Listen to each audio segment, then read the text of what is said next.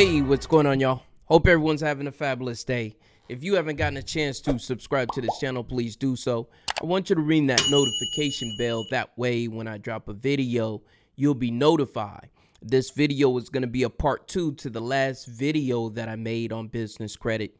In that video, I talked about a little bit about the psyche, how I think about business credit a little bit different than a lot of people.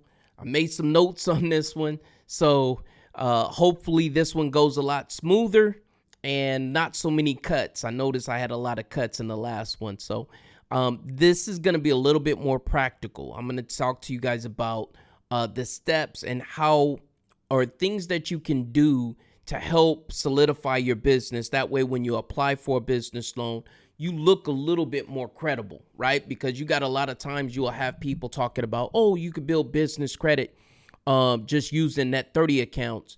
And then you have others people that talk about, oh, you could just use your personal guarantee. The way that I look at business credit is, why not use both of them? Why do you have to do a either or? Why can't you start out using your personal credit and then eventually graduate to using just your business? The more loans you get, the more you qualify for things, the more comfortable financial institutions are going to be with lending you money. So it's just a gradual step process, the way that I think about building business credit. And so if you are a real estate person, or if you're a trucking person that's watching this channel on business credit, you're going to hear, like polar opposite views on business credit. And I don't understand, why does it have to be either or? And so what I want to talk to you about as far as building your business the right way, so that when you walk into a financial institution, you're bankable, that they will feel comfortable lending you money. And if you're just starting out, hopefully that if you have done some of these things, you can go back and you can fill in the holes. You will understand what I'm talking about as I go. But when you walk into a financial institution, the first thing that you want to make sure is that if they pull up a web presence, an online presence on you, your credit reports between the credit bureaus, whether it's LexisNexis, Equifax, Experian, no matter, or even Duns and Bradstreet, all these different bureaus are going to pull your information, and you want to make sure that all the information is congruent between all the bureaus, your online presence. Everything is the same. So I start out thinking about business credit a little bit different. The first thing that you want to do is you want to get your business address, because when you apply for your corporation or your LLC, one of the first things they're going to ask you is your business address. And sometimes what happens is people will apply with just using their home, and that's okay. But you want to go back and you want to have either a storefront or virtual address. I'm going to talk about those things in a little bit, the differences between the virtual addresses and the ones that I use. But you want them, meaning the financial institution, when they pull you up, you want them to see that you're a business, that you're just not going to take a loan and run. And the best way that you can do that is actually establishing an address for a long period of time, right? And there are certain ways that you can go about this. Now, I know there's a lot of people that talk about you could use post office boxes, you can use several different things, but one thing people do when they go in business, for some odd reason, they're looking for ways to cut out expenses even before they get started on the expenses that they're going to need in the future. And I just believe that virtual addresses are one of, if not the best way to go, if you do not have a storefront property, right? If you don't have a storefront, try and find a virtual address company that you can work with. Now, the company that I use is called Opus, OPUS. The reason why I use Opus virtual offices is because when I was starting out my authority, like I said, I'm in trucking. When I was getting my authority, one of the important things that they wanted was a lease agreement. I couldn't get a lease agreement from Alliance, and I couldn't get a lease agreement from Regus. Maybe it's a little bit different now, but getting a lease agreement And a lot of times is really vital, and that could be the difference between a yes and a no when you're trying to do business. So the company I use is Opus. And before I even start my corporation or before I start anything, one of the first things that you want to do is make sure that you have your business address in place. That way you don't have to go back and try and clean it up with the Secretary of State. And even if you do, a lot of times there are certain programs, business programs that will pull that old information, and it's just better off to have everything congruent. Now, if you have to change it, great, go change it. But your business address is probably the first step that I would take in building your business credit if you're just starting out. Now, the second thing is the phone number, right? We haven't even got to setting up the corporation yet, but the second thing is the phone number. Now, with these virtual offices, understand that a lot of times when you set up with a professional virtual office, they will have people that will answer the phone for you. So if you call my business, my trucking company, you're going to get someone in the office and they're going to transfer you to me. They're going to give you a phone number. They're going to give you a fax number. You're going to have all these things that you can put on your website, and we're going to get to that. And it makes you look a lot more professional, because that's what we're trying to do. We're trying to separate ourselves from everybody else. So getting that virtual office address, getting that phone number is vital. And I know there's a lot of people say that you could do it at home, plug in a phone, get a phone number from Xfinity or something like. What I want you to do is get a virtual address, make yourself look professional, get a phone number. At this point, what you're ready to do is go to your Secretary of State and apply for your corporation. You're going to have people say LLC, CCorp. As long as you're not a sole proprietor. We're not trying to become a sole proprietor. What we're trying to do is say that we are in business to stay, that if you lend us money, we're going to take this money and put it to work so that we can grow our business. And the best way that you could do that is by setting up a corporation, whether it's a LLC or a CCorp. A lot of times you'll have people say, but, I can, it's a pass-through entity. Understand, as far as taxes is concerned, I'm not a tax attorney. Speak to your tax attorney. They'll explain it to you. But you can tax a LLC like a CCorp. You could tax a CCorp like an LLC. So it's not necessarily taxes that is going to make the difference. Just understand that if you have a CCorp, it's going to require a lot more paperwork. You're going to have your articles of incorporation. You're going to have to keep records. You're going to have to do a lot more paperwork for a CCorp than you will for the LLC. Not trying to sell you on the LLCs. They're just a lot more simple. If you wanted to tax it like an S Corp, you can still take your LLC and tax it like an S Corp. Now, an S Corp is not necessarily a designation like corporation. An S Corp it has to do the way that the company is taxed. All right. And like I said, speak with your tax attorney. They'll explain it to you. And, you don't have to sit here and, spin wheels. Should I be in the LLC? Will I get more funding as an LLC or a C Corp? You're going to get your funding if you follow the steps that I'm taking, whether you're an LLC or a C Corp, just as long as you're one of the two. All right. Now, I'm not talking tax designations. I'm just talking about the structure of your business. Once you get your corporation set up, what you want to do is you want to go to irs.gov. You can go to irs.gov. You can set up get a federal tax ID number. Federal tax ID number is just like a Social Security for us. When you apply for a loan, one of the first things they're going to ask is for that federal tax ID number. When people are talking about applying for loans just in their business name, instead of putting their Social Security number in, they're putting their federal tax ID number. And where you get this federal tax ID number is irs.gov. When you are applying for a corporation, a lot of times you can go through a company like My Corporation, LegalZoom.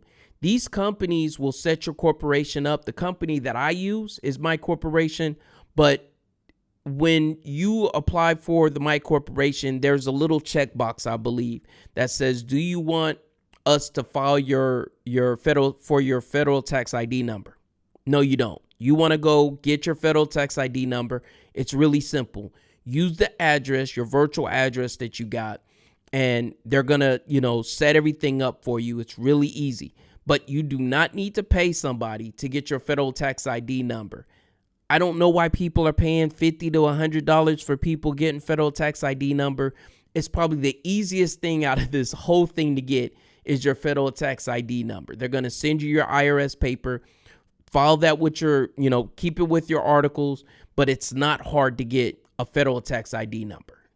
You have your federal tax ID number. At this point, you want to establish a bank account. Now, here's the thing. I know for a fact, Chase, Wells Fargo, Citibank, these large organizations, they're great to do business with if you have businesses in different states, right? It's great. But I do know for a fact that the banks that are going to do business with you are those small mom and pop banks that you pass on the way to work or, to get your coffee. Those small mom and pop banks that you pass, those are the ones that you want to go into and touch hands with. Because I know when I first started my first trucking company, when I walked into Chase, right? I would sit down with these people. I would show them my tax returns. I would show them my credit. At that point, I had a really high credit score. I would give them all my bank statements. Like, they had all my information, and they still would not do business with me. I couldn't get them to give me a loan for anything. I walked into my local community bank, asked them for a loan, and they gave me a loan. I think my first loan was $50,000. I couldn't do anything with Chase.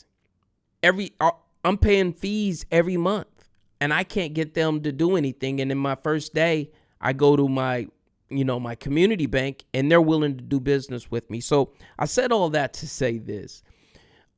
Please establish a relationship with your community bank. These are the banks that are going to do business if you're a small business.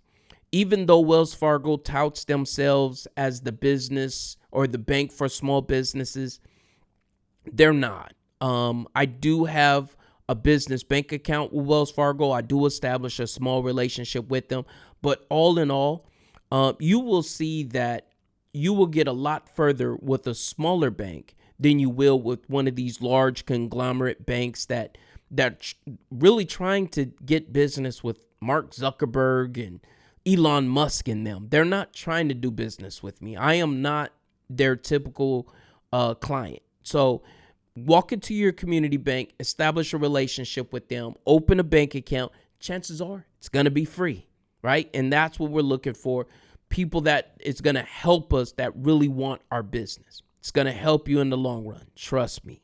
Now, once you got all these things together, what you want to start thinking about is your web presence, your online presence. And when these financial institutions pull you up, they search you, whether it's on DuckDuckGo, Google, Safari. When they search you, you want to have some type of online presence about yourself, meaning you want to have a website and you want to have some type of social media presence. A lot of people don't talk about the social media presence, but we're going to get there. The website, you can go to a company like Upwork. You can go to a company like Fiverr, set your business up or set your website up for a real small cost. I'm not going to tell you the name of my trucking company because I don't want people trying to mess with my trucking company. But my trucking company's website was set up for $250 from a young lady I got off of Upwork in India. I know there's a lot of people talking about outsourcing overseas, but I really needed my website up. I think it took her a week to set up, and she did all the copy on the website. She did everything for like $250. And I know a lot of times people try and build these elaborate websites and all that. If you're not there, at least get a website up, and that's going to be your hub. Put your address, put your phone number on there. And what you want to do is, if you have like a social media presence, whether it's you start a web page with Facebook, you start an Instagram page.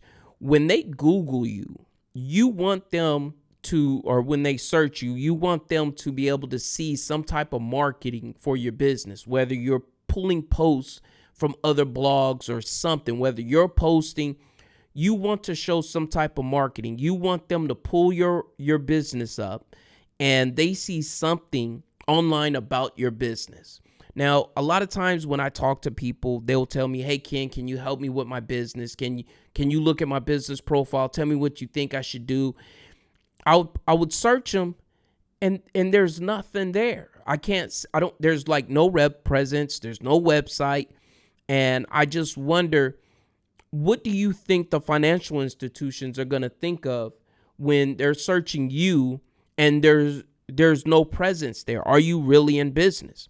Now, in business, one of the main things that you have to do is market your business. Marketing is a huge factor to your business. So what streams or what avenues are you going to market your business? So just understand that starting a web page for your business and making posts, like even if it's one post a week, it's really important. It's really important to making that financial institution comfortable with doing business with you. Now, there's going to be a lot of people that say, you don't have to go this route. You can, like I said, you could just, because you got your business or you got good personal credit, start establishing credit just in your personal name, using your personal name. And then you got people that say, well, you can just use vendor credit to establish yourself. You want to use all these things to help build your profile. And I'm saying all that to say this. The next step that I talk about is really, really important. Now, we talked about getting that phone number, right? The next thing you want to do is you want to list that phone number with list yourself, right? Or 411. You want to put it on the directory so that when they 411 you, are you searchable? Or is your phone number there? There's a lot of people that skip this step.